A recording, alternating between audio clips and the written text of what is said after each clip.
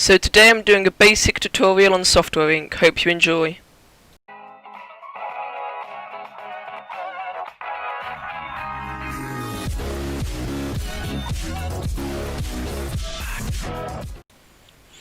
So to start with, I'll start with the main menu. In the top left, you can select your language. Currently there's only English in the game.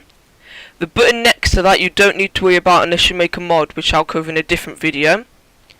You won't see anything in the background of your game if you first start it, and you will definitely not have any errors with a saved picture. That comes up when you start making saves. Along the right you can see any news they've done, and at the bottom you can just see the name of the game. So if you click the feedback button, that will just take you somewhere where you can leave feedback. The credits is also quite obvious. For the options, this game can be very easy to run on old hardware or very hard to run on new hardware. It's a very diverse game in terms of graphics. The options here, auto skip day, I recommend you have on. It's a very useful feature. When the day comes to an end and your staff go home and your workers or whatever go home, it'll automatically skip to the next time they come in. For currency, you want to choose whichever one corresponds to where you live. So if you live in Canada, you probably want to choose the Canadian dollar. If you live in Europe, you want to choose the euro. If you live in America, you want to choose the dollar. But personally, I live in the UK, so I'm going to choose the pound. You can choose running background. That's if Software Inc., like the window, if it doesn't have focus, it will still keep running. I'd leave that off, if it's a good way to keep the game paused when you're not playing it. For autosave, you'll want to leave that on, obviously, in case the game crashes, you don't lose too much. Tutorials, by default that will be on. There are some great tutorials in this game, but for what I'm doing I do not need the tutorials. Hints, I've never really seen many hints in the game, and usually I just press no on them. The next option is if you want a 24-hour clock or not. I like to have the 24-hour clock. The next option is for Celsius or Fahrenheit. Tick for Celsius. Don't tick it if you use Fahrenheit. I'm not too sure what currency short form is, but I leave it off. Mouse edge scrolling, that's mainly popularised by The Sims. If you put your cursor to a corner, the camera will move with it. I personally like that. Ask about marketing on release is a very helpful thing, so you always want to leave that on unless you know what you're doing. For the rest of these, you have to tweak these to your preferences, as everyone's different in that case. In graphics, the left hand side tells you what it is, the middle tells you like what it's set to, and the right says its impact on your computer. So personally, I have the resolution set to 1280 x 768, which is HD. I use that for when I'm recording videos. When I'm not recording videos, I set that to full HD 1080p. The next options for full screen, I leave that off because I'm recording. You probably want to turn the resolution to the highest it'll go, and the full screen ticked. Gamma, you want to leave that alone. FXAA is anti-aliasing. If your computer does have a dedicated graphics card, you'll want to turn that on. SMAA, same, it's just expands on FXAA, so you might want to turn that on. SSAA requires quite a beefy graphics card. This is basically super sampling. So if you set it to 1080p and you had that slider to 2 times, it's rendering whatever 2 times 1080p is, and then it's putting it down to 1080p to make it look smooth. If you have an older computer, you probably want to just leave this at 1 so you don't stress your computer. VSync, if you notice that you're having issues where the screen's tearing, you want to turn that on. I do not. Shadows are quite a big part of this game, but they do require quite a lot of graphics power. More shadows expands that even more. You'll definitely want a beefy graphics card for some of these options. Ambient occlusions adds shadows to corners and crevices, as it says there. It's not too much impact on your computer for that, but if you don't have shadows on, you probably want to turn that off, otherwise it's going to look a bit odd. Tilt shift blurs the top and bottom of the screen to give an effect. There's not really any impact at all. In fact, if anything, it probably help your computer. if you've got an older one. Bloom adds a slight glow and increases colour strength. Usually I leave that off, but in this game I turn it on. And screen space reflections allows shiny objects to actually reflect on what they're getting shined on. It's very, very demanding, so I don't actually play with that option on when I'm on 1080p, otherwise I get very bad frame rates. At the bottom here, it will just read out the frame rate you're currently getting. Most monitors can do 60, so that needs to be over 60. If you're a console gamer and you've switched to PC, you'll probably be alright with 30. If you've got a gaming laptop, some screens only go to 50.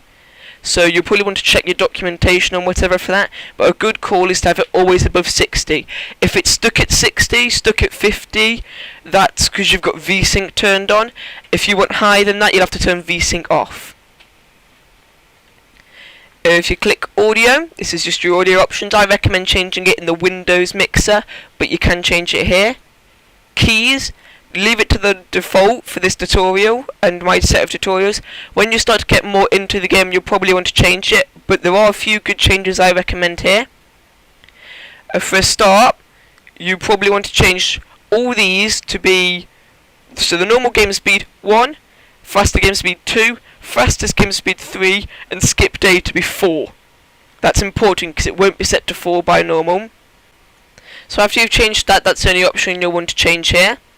If you go into mods, this is any modding options. Currently I don't actually think this is supported in the game unless it's a runtime DLL. I'll get more into that later, it's quite advanced. So once you've set all them up, load game, you'll be allowed to press it if you have no saves, but it will be blank, so there's no use there. So what you want to do next is press new game. On your screen a tutorial would pop up, just press no on that. And then you want to name your company, so for example I'll name my Narod YouTube Corporation. You want to name your person said. Your said person, you can change male or female there. And then you can change everything about your person really. You can change their jaw height, their jaw width, their ear size, their ear position. Everything about your person you'd ever want to change. There's not many hairstyles though. And there isn't many types of facial hair either. There's not. This is a early access game, just so you know. So you can change it to however wacky you want it. So after you've done that, you want to choose your personality. This affects how well you get on with other staff. So for example, I can change myself to be stubborn and an introvert, and that means I won't work very well as a team, but I would be a fast learner. Well, I'd be on the middle of a fast learner, but that would also make me stressed as well. So you always want to think about how you want to play the game. For example, you can choose very difficult ones and make the game very difficult for yourself, or you can choose very good ones and have the game to be quite a lot easier for yourself. If you want an easy game through, you probably want to leave the personality alone. For skill, I recommend that at the start of the game it's best if you just have programmer and designer and then the rest is on artist. You do not want anything on marketing and a lead you can hire later on. This allows you to have a good start. And that's sorted. That allows you to have a good start in the game. You probably want to fiddle around with them a bit. For specializations, I usually choose system for all, and then R I choose audio. It's just a thing, and you can change that to whatever. I do recommend probably choosing 2D, system, and then audio, so you're a bit diverse there. The scenarios here, for your first playthrough, you probably just want to choose free play. You can choose how much money you start with, so you can start with 3,000, 6,000, 12,000, 30,000, or 300,000. I'm going to leave this at the default for this. Starting year, so if you want to start in the modern day, you can, or if you want to start back when it was like software companies were first coming out, you probably want to choose 1980. You can choose if you want to be in the forest, the city, the desert, or in the snow. I'm going to choose in the city. For difficulty, you probably want to put this on easy for your first game, and another way to make it easier is to up the days per month. I'm going to put it on 2, And down here, this box in the corner will also be empty, but unless you install some mods. I recommend my Going Mobile mod. Hashtag self-promo. But seriously, there are some brilliant mods in the workshop. I've just done a mod showcase. I'll leave it on the screen now. And I recommend you watch that if you're starting to get into the game and you want to add some mods to the experience. So anyway, once you've added all that in, you'll want to choose Start Game. Another tutorial will pop up here, and you'll just want to leave that for now. So as you can see, we're in the city. You can see the environment around. So first thing you want to do is start by building. So you probably want to start with a small building. You wouldn't want anything too crazy just for one person. So I recommend just building a small building. Doesn't matter how big it is, just not too big. Don't spend too much money. Put a door down. You want to put a window there and perhaps a window on the other side as well, just to let the light in.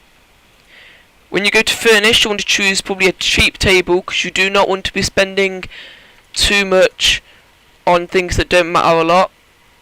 But this will happen when you put a computer in a room. It'll tell you that the temperature will vary a lot. This is because computers make heat, so you need to keep the room cool. But this also means now is that you have an air conditioning unit, which means in the winter it's going to get quite cold in this room, so you'll also need to put down a radiator. They don't have to be right next to each other. They can be on the opposite side. There's also bigger ones. You do not want to use bigger ones in rooms like this, as they kick out a lot of heat. They kick out a lot of noise, which will annoy your workers and make their productivity go down. Once you've made a little something for them, you'll probably want to add lights. Doesn't matter what light. I prefer these ones. I know they're for bathrooms, but doesn't matter too much to me. As an overview here, this is kind of your notifications pane. If anything happens, it will go in that box there. To the right of that is the money. If you hover over it, you can see how much you have in the insurance, how much you have in stocks, how much you have in loans, and your total money added together. You can see the time, which is 7, what day it is out of that month. So in my case, that'll either be day 1 or 2. It can go all the way up to 7 though. Here will be your monthly profits. There'll be a green bar or a red bar telling you if you made money or lost money. If you click on it, you come here, finances. It will show you for the different months, and this will tell you where the money's actually gone to. To the right of that is your fans, which the more fans you have, the more market recognition you'll get, but they do not matter on sales. If you have 0 fans, you will not get 0 sales. Above that is your business reputation. This only matters to other software companies. It doesn't matter to the general public, except it does matter to employees. That's the only general public it matters to. And market recognition below, if you make a 2D editor and you become renowned for it, you'll get good market recognition for that, which means your sales will go up in that category. If you have bad recognition or no recognition, your sales will go down or stay the same as just regular. The build button is here. Sorry if I didn't show that earlier. If you need to build, to the right of that you can go down a floor, go up a floor, or up to new floors, or down more floors. You can toggle walls on or off. There's no half, so you can't have the ones in the background being highlighted. Wish they did add that though. There's data overlay, so you can see things like satisfaction, effectiveness, and all that depending on the rooms. That probably won't matter for your beginning. I've gone through run-throughs without ever using that. So you can toggle lamps, so you can turn them on or off, being able to see them. You can see room labels. I don't label rooms. And this is why mode is for servers. I'll get to that later. Upcoming events will show you a menu and it will show you if people are retiring, if there's any events coming up, or anything of the like. There's a contract work menu. So at the start you want to take contract work so you don't go broke. I'll show you that in a second. This will show everything that you've made. I've made nothing so far, so it's blank. But down below will show you research. Later on in the game you can patent technology, so you earn royalties from other people's software, just they include your patented research. You can research that later on. It is quite difficult to research things. Servers, I'll get to later as well. Servers are used by certain software types. Software distribution and some contract work may require it. You can also use it to boost the effectiveness of people's work. The next thing is manage employees. Currently there's only me working here, so I don't obviously get any salary because it's just me. It'll show when the vacation I get is, how old the person is, and how long they've been working there. Obviously, the older the age, the more likely they are to retire, obviously. So if they're 20, they're basically not going to retire, but if they're 70, you've got a good chance of them retiring. The role, whenever you get a new person, you want to come to this employees menu, change roles, and click auto role.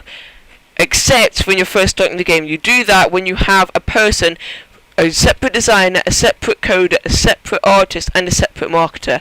If you do it at the beginning, you will not make any progress. So, from there, you can choose to manage staff, maintenance, cleaning, IT support, receptionist, cook, or you can temporarily call them in. You can also hire employees. You do not want to do this at the start of the game, no matter what. You'll make yourself broke. You can manage teams, so you can have different teams. You can have a team of artists, programmers, and marketers, so they can all work at different things. You can choose insurance policies, so the more insurance money you have in there, the more likely you are to get good people. Stocks. Currently I only own a stock of myself, and that's gone down because of all the money all the money we've been losing by building, but you can purchase new ones and you can purchase in other people. Later on in this game you'll see this share becomes worth an insane amount. You can also get a loan, so if you really desperately want to hire somebody else at the start, even though I do not recommend it, you can take out how much of a loan you want, decide on how much interest you don't mind paying, how long you are to pay it out, and things like that. So this will show you all the current loans you got taken out. Next up is all the software, so software other people have made. You can see the first option is the name, second is type, third is category, and fourth is company, fifth is release, sixth is the quality. The inventor doesn't matter. Active users is how many people are currently using that product. Marketing is how much it's marketed, so unavoidable is very marketed, widespread is in the middle, prominent is below average, sparse is it's not being marketed anymore, it's just floating around. And you can see that all the newer products are marketed quite well. You can also see retail price, so if you have that set to 50 and one person buys it, you'll get £50, dollars, depending on what currency you're using. Profit, how much money that company made on that product. So you can see this one here lost 16,000, but this one here made 23,000. So you can see this one here made 23 million. So quite a bit of money to be made there. You can see all the companies that are currently out there producing. You can also sort all these, so you can search by how the most expensive company would be to buy out, or the cheapest one, how much it's worth, that's similar, how many fans they have, if they're bankrupt or not, when they were founded, products, patents, and you can see a chart of everything. You can see how much it would cost to get stocks in them. And you can also see what they've made. Next up is the software times. You want to keep yourself updated here. They'll leave reviews on your software and other people's. Distribution channels. I don't really recommend opening one at any point in the game. They're just not really worth it, so you'll ignore that. Deals comes into place when you get a receptionist and reception desk. That's all about making deals with other companies, which boosts your business reputation, but equally, if you make a bad product, your reputation will go down. So you want to be careful of what you do there. Next up is the upcoming releases. So you can see that in a few months' time, Record Tune 3 is going to come out. Or in a few time, and almost a year away now, that the another RTS is coming out. It's all dependent. It goes really far into the future or next month. So hopefully this tutorial was of use, and if it was, please like, subscribe, and I'll catch you next time.